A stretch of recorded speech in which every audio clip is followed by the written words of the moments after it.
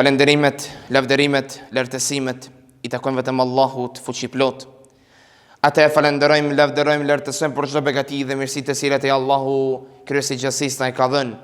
Atë e falenderojmë I cili na dha argumente, na dha shenje që të kuptojmë se s'ka zot tjetër përpos atij Allahut fuqiplot. Atë e falenderojmë I cili na dha begati dhe mirësi të shumta siç janë shëndeti, familja, pasuria dhe begatia me madhe o udhëzimi. Dërgojmë selama dhe salavate për pejgamberin salavatu rabbi wa salamuhu alej, bi familjen e tij të ndershëm dhe mbi të gjithat të cilët e pasojnë rrugën e tij deri në ditën e llogarisë. Të ndershëm vëllezër, të dashur xhamati, po vazhdojmë me temën e hutbes së kaluar, ajo është ibadetet, adhurimet e zemrës. Me do e mos ndoshta ky është ibadeti, adhurimi më I dashur, më I vlefshëm, ajo është dashuria për Allahun. Para mendone ku njeriu kur e do një person, e do një krijesë, e do një gjë, bën me do e mos bën që t'ia vërtetoj atë dashuri dikujt. Por parashtrohet pyetja, sa jemi ne nga ato të cilët I thojnë vetes, unë besoj në Allahun, unë e dua Allahun, e dashuroj Allahun, por me vepra është larg. Nuk ke nevojë që të pyes dikush tjetër, vetëm se vetëm pyet veten sa ti sakrifikon që ti tregosh Allahut se ti e don Allahun. Sa ti sakrifikon që ta vërtetosh dashurinë tënde ndaj Allahut fuqiplot. Para mendone sa jemi ne nga ato të cilët I thënë vetes e dojmë Allahun, por si janë marrëdhëniet tona me Allahun fuqiplot, ku është ajo e cila Allahu na begatoi me mirësinë e kohës, na dha 24 orë të ditës. Por ai Allahu të obligoi me një kohë të shkurtër, me pak se 1 orë që ti bish në sejdë atij, ta lavderosh, falenderosh, lartësosh, madhërosh atë Allahun fuqiplot. Por ne jemi nga ato krijesat shpeshherë harrues, anashkalues, të cilët e lënë namazin pas. Dhe po bëhet pyetja, sa ne e dojmë Allahun fuqiplot, sa ne e vërtetojmë dashurinë atij Allahut kryesit e gjithësisë. Para mendojnë ku Allahu na obligoi neve që të ndajmë një të holl nga pasuria jonë, zakatin. Para mendojnë ku Allahu 2.5% të kërkon ty që t'ia vërtetosh dashurinë tënde ndaj atij, por jo, dashuria jote ndaj dynjas, dashuria jote ndaj pasurisë, dashuria jote ndaj një gjëje e cila është kaluese. Ne harrojmë obligimet tona ndaj Allahu fuqiplot. Don të tregosh atij Allahu fuqiplot se ti e don atë.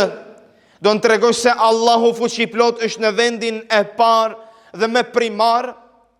Vërtetoja, tregoja. Para mendone ku pejgamberi sallallahu alajhi wasallam thot, të habu, jepni dhurata që të doheni.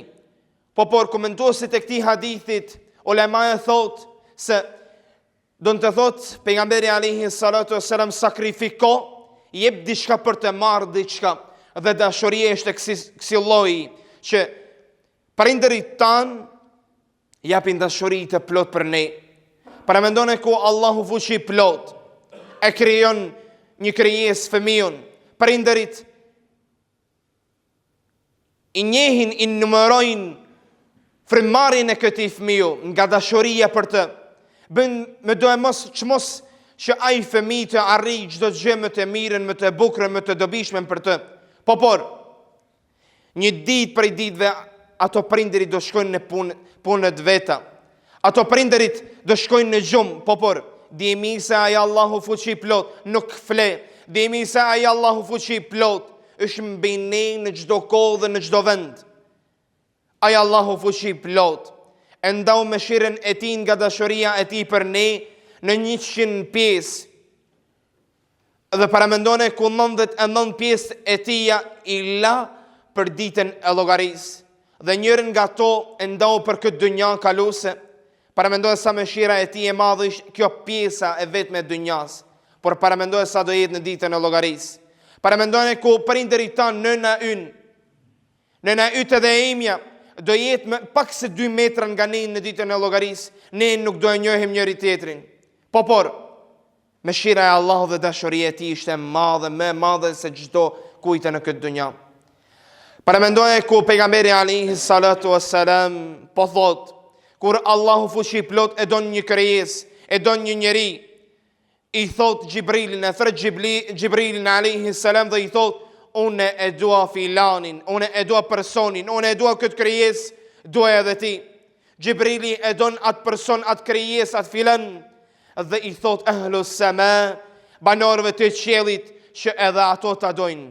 Melajket e duan të gjithat krijesë dhe njërin nga ato ulet në tokë dhe e përhap dashurinë e Allahut të krijesat e tij.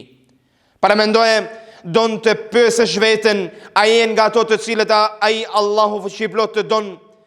Pyetjen vetes, si ke marrëdhëniet me shoqërinë, si ke marrëdhëniet me fëmijën, komshion, si ke marrëdhëniet me familjen, si ke marrëdhëniet në rrethinën tënde dhe pastaj bëj pyetjen vetes, si ke marrëdhëniet me Allahun krijuesin e gjithësisë. E përfundoj me duan e pejgamberit alayhi salatu wassalam ku thot, Allahu im, me jep dashurin tënde dhe dashurin e atij i cili të don ty.